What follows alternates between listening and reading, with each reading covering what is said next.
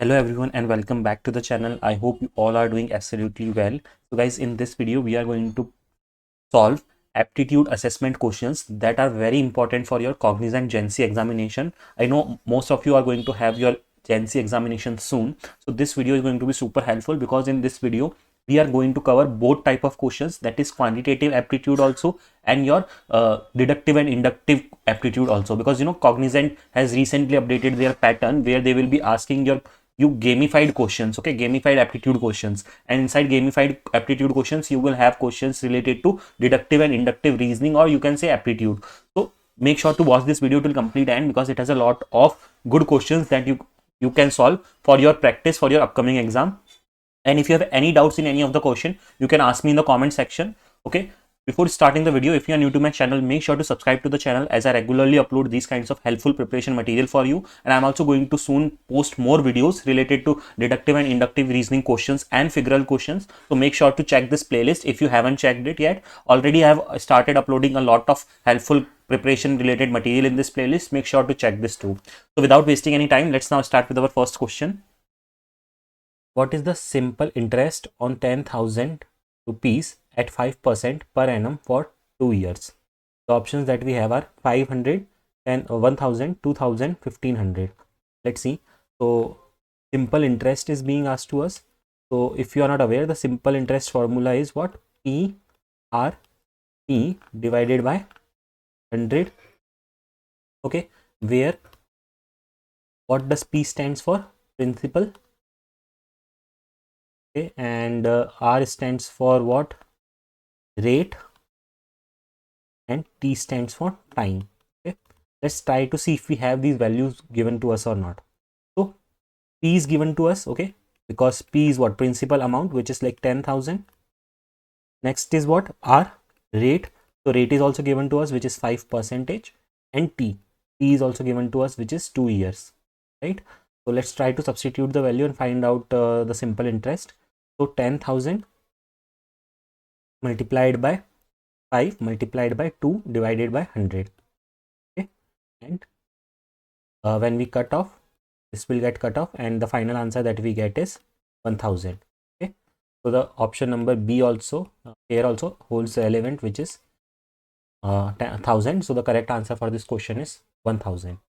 I hope you must have got the answer for, like, understood the answer for this question. If you have any doubts, please ask it in the comment section. I can clear it more. Let's now move on to the next question. Let's look at this question. So in this question, we are given 5 different images. We have to tell which image is different from the rest 4 of the images. Let's try to have a look. See, it is very easy question.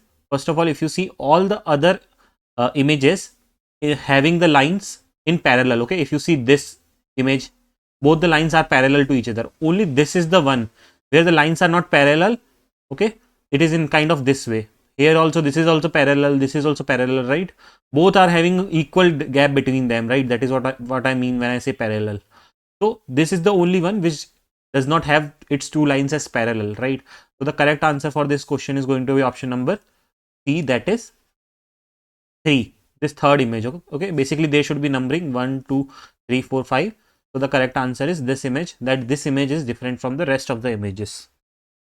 Let's look at this question. So in this question, we have this problem statement where we need to find out that in place of question mark, which of the given symbols will come. Okay, so let's try to solve this. Before that, if you want to understand how this logic works, I would suggest that please pause for a second, try to think on your own, and then you can proceed with it. Okay, see, the basic concept is one symbol cannot come twice in a row and in a column. So for example, if in this row a triangle is already there, so one more triangle cannot come, right? We know that. So let's eliminate triangle as one of the options and square as one of the options, because we have to find what will come in place of question mark, and triangle and square are already there. So now let's see what can come. Now we are left with plus and circle. So let's see, can we fit a plus here? Can we fit it? No, that is not possible. Why so? Because plus is already coming once, right? So the only option that we have is plus will come here and here circle will come. Okay, so that is why the answer for this question is question mark will be replaced with plus. Okay, that is why the correct answer will be plus. Hope you have understood it.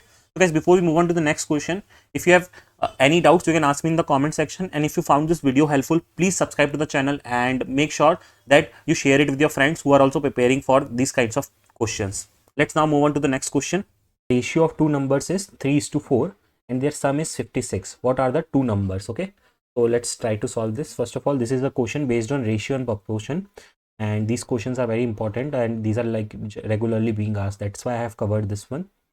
So let's consider the numbers to be, let the numbers to be 3x and 4x, because we have been given that the ratio is 3:4.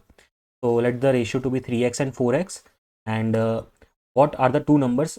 We have this question. Now what we can do is, one thing is given to us that the sum of the numbers is 56. 3x plus 4x, we can write it as 56, and let's try to solve this equation. Simple. 7x equals 56, x equals what? 56 by 7, which is going to be what? 8. So x value we have found out as 8. Now let's find out the digits. So 3x is equals to 3 into 8, which is going to be 24, and 4x equals to 4 into 8, which is going to be 32. Okay, so let's see if we have the answer as 24 and 32 or not. So I think option number B is 24 and 32. So in this case, the correct answer is option number B. So in this case, you will get in this way, like you will get ratio and proportion based questions also. So it's a good like that, I would say it's a better practice that you practice these kinds of questions beforehand, so that you don't feel it very new while you are actually seeing them in the exam. Let's move on to the next question. The average of 5 numbers is 48. If one of the numbers is excluded, the average becomes 46. What is the excluded number? Okay, and we have been given the 4 options for the number. So let's try to see, let's try to use the data which is given to us. So average of 5 numbers is 48. Okay, average is what? 48. Now always whenever this average kinds of questions are given to us, try to find the total based on the average. Okay, so how you will calculate total? Total will be, it is average of what? 5 numbers. So 5 into 48. Okay, 5 into 48 is going to be what? 240. Now if one number is excluded, the average becomes 46. Okay, so this is like total of how many numbers? 5 numbers. In the same way, if we count total of 4 numbers, how much we will get? 4 into 48, that is going to be 184. Value was 46, because what was told to us is when one number is excluded, the average becomes what? 46, right? So while calculating the value, we have to make sure that the average should be 46. So 4 into 46 is going to be 184. Now we have to find out that 240 minus 184. So it is going to be how much? 56. So that is what our digit is. So the excluded number was 56. The answer for this question is option number A. Let's look at this question. So what we are told is, see, I'll tell you what is the question. First we are told these two grids follow the same rule. Basically this grid and this grid follow the same rule. We have to understand the pattern, and then we are asked a question based on that. Which of these groups follow the same rule that was followed in the given, like these two images? Okay, and now these are our option images. We have to tell. So let's mark the images. Okay, 1, 2, 3 and 4. Okay, these are like 4 different grids. Okay, so we have to tell out of these 4 which of them are following the same pattern as per the question images. Okay, so let's try to understand the pattern. So the pattern is, in the first row and in the last row we have this plus marks. Okay, and okay, now before guys watching the solution, I would suggest that pause the minute and think of it. Okay, then only your like muscle memory will increase, and then you will get the practice of solving these kinds of question. Otherwise, if you will watch directly, then you won't get it. Okay, so now we will proceed with the solution. So if you have also practiced or tried from your end, then you can start watching the solution. See now, in the first row and the last row we have plus here. Here also in the first row and the last row we have plus here. So the logic is, first row and last row has plus in all the cells. Okay, basically based on this rule we have to find out. Now let's see this first option. See, in first option, first row does not have the plus in all the cells. Let's see second row. Yes, second row does have. So we can say yes, this is following the logic. Third row, the third image, yes, the third image is also following it. So we can say yes, this is also following the logic, and fourth again is not following the logic. So the correct answer for this question is going to be option number, like that is image number second and image number 3 are following the same rule as per the given images. Okay, so hope you have understood it. If you have any doubts, let me know in the comment section. Okay, and to see more such videos, you can check the complete playlist, okay, that is there on the channel. So let's now move on to the next question. Let's look at the question now. The cost price of 10 articles is equals to the selling price of 9 articles. Find the profit percentage. So we have been given some data and we have to find the profit percentage based on this data. So let's start solving this problem. So first what we will do is, let cost price be X. Okay, we will assume the cost price to be X. Why so? Because we have to find the profit percentage, and in that we will need the cost price. So that is why we are assuming our cost price to be X, and also we will assume our selling price to be Y, because cost price and selling price are not given to us as of now. So what we will say is, what is given in the question is the cost price of 10 articles is equals to selling price of 9 articles. So according to this statement, we can write something like this: 10x equals to 9y, right? So once this is done, what we will try to find out is, we will try to find out the value of y, which will be 10x by 9, right? So now we will try to find out the profit percentage. So let me first of all write down how can we find out the profit percentage. So it is going to be selling price minus cost price, okay, this much, divided by cost price, okay, into 100. So this is like entire into 100. This is our profit percentage. Now let's substitute the values and we will find out our like final answer. So selling price is our what? Y. Cost price is our X, and then divided by X, right, multiplied by 100, right? Now what we will do in this equation, we will substitute the value of Y. So 10x by 9 minus x, okay, divided by x multiplied by 100. Now when you will further solve it, you will reach out, you will find out that 100 by 9 percentage will be our final answer. So let's see if we have that option. The option number B is correct here. So that is why the answer for this question is option number B, which is 9. So this question was based on cost price and selling price. Okay, so yeah, let's now move on to the next question. Let's look at this question. Okay, so guys, what we have question mark in our row number 4th. Okay, so in this question we have to find out what symbol will come out of these given options in the place of question mark. Let's try to solve this problem. See, first let us eliminate the extra options which will not come. Plus cannot come because plus is already there in this column, right? So in one column same sign cannot come twice, right? So plus cannot come here. Again, circle can also not come here because circle is already there in this column. Now we are left with 3 signs. So we have to figure out of these 3 which one will come. So let's understand. Before that, before finding what will come here, let us try to fill this position. See, if you notice row number 2, which is this row, in this already 3 signs are there, which means 2 more signs possibilities there. Okay, what are the 2 more signs which can come in this place? One is star and one is square. So obviously square cannot come here because square is already in this row. So star will come here and then square will come here, right? So then row 2 will be completed. Right now, while completing this row 2, we also completed this position of our column 2. So now if you see, we are only left, because square is already there in this column, so square can also cannot come in this question mark position. Now we are only left with 2 signs, which is star and triangle.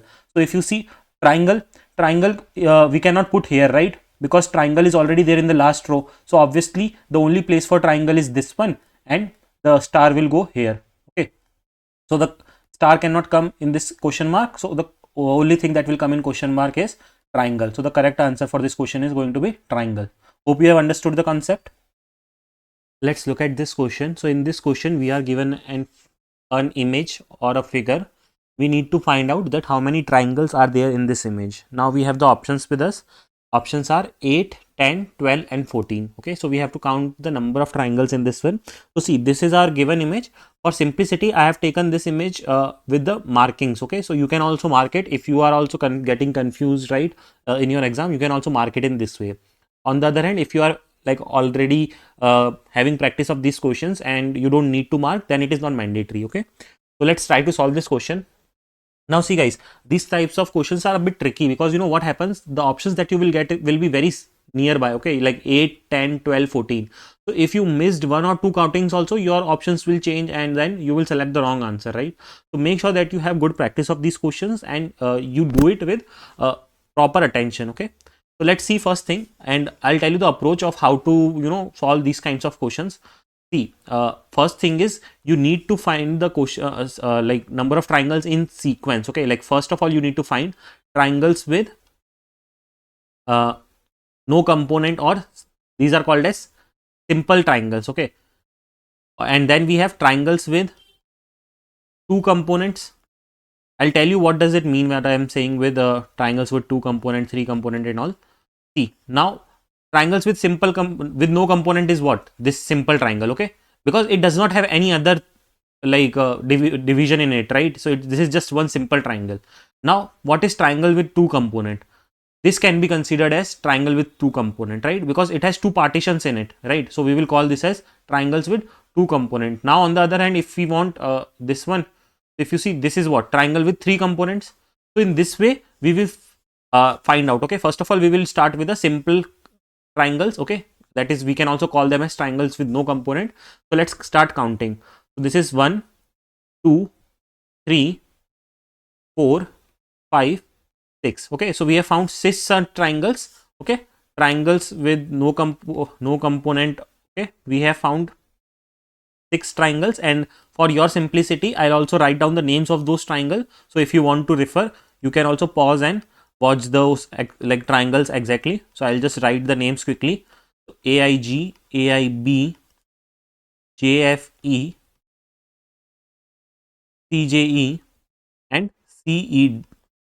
These are the 6 triangles that are there. Okay, these are like simple triangles. Now let's see triangles with two components. Okay, so let's now try to figure those types of triangles. Let me remove these numberings, or let me keep the numbering so it will be easy for us also to understand. So see, first triangle that is there with two components is, so let's see, the first triangle that we have with two components is A, B, and G. Okay, that is 2 plus 3. Right, this triangle is the triangle with two components. So I will mark A, B, G as one of the triangles that we have found with two components. Now in the similar way, let's see if we have any more. So if you see C, F, E, that is 5 plus 4. Okay, this is also a triangle with two components. So I am writing CFE.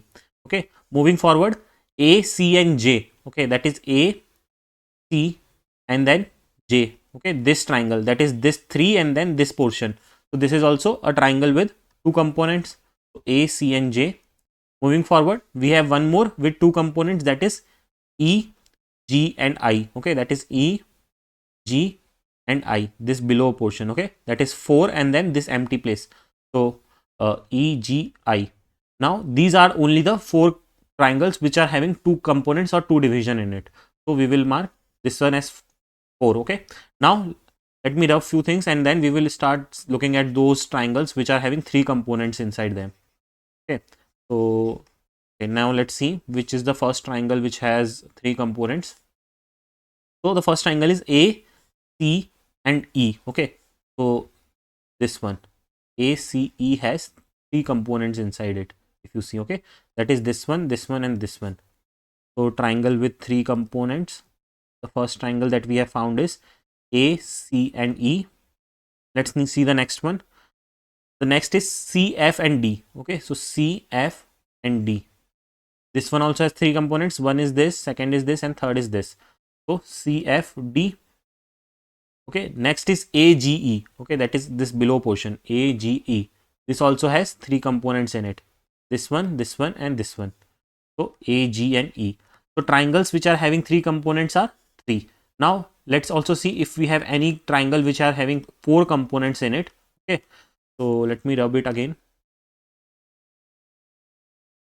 So if you see triangles with 4 components means any such triangle which should have 4 portions inside it. Okay, so we have only one such case, which is A, H and E. If you take this entire portion, okay, you take this entire portion, okay, so this will have 1, 2, 3 and 4, and apart from that we will not have any such triangle which will have 4 portions coming inside it.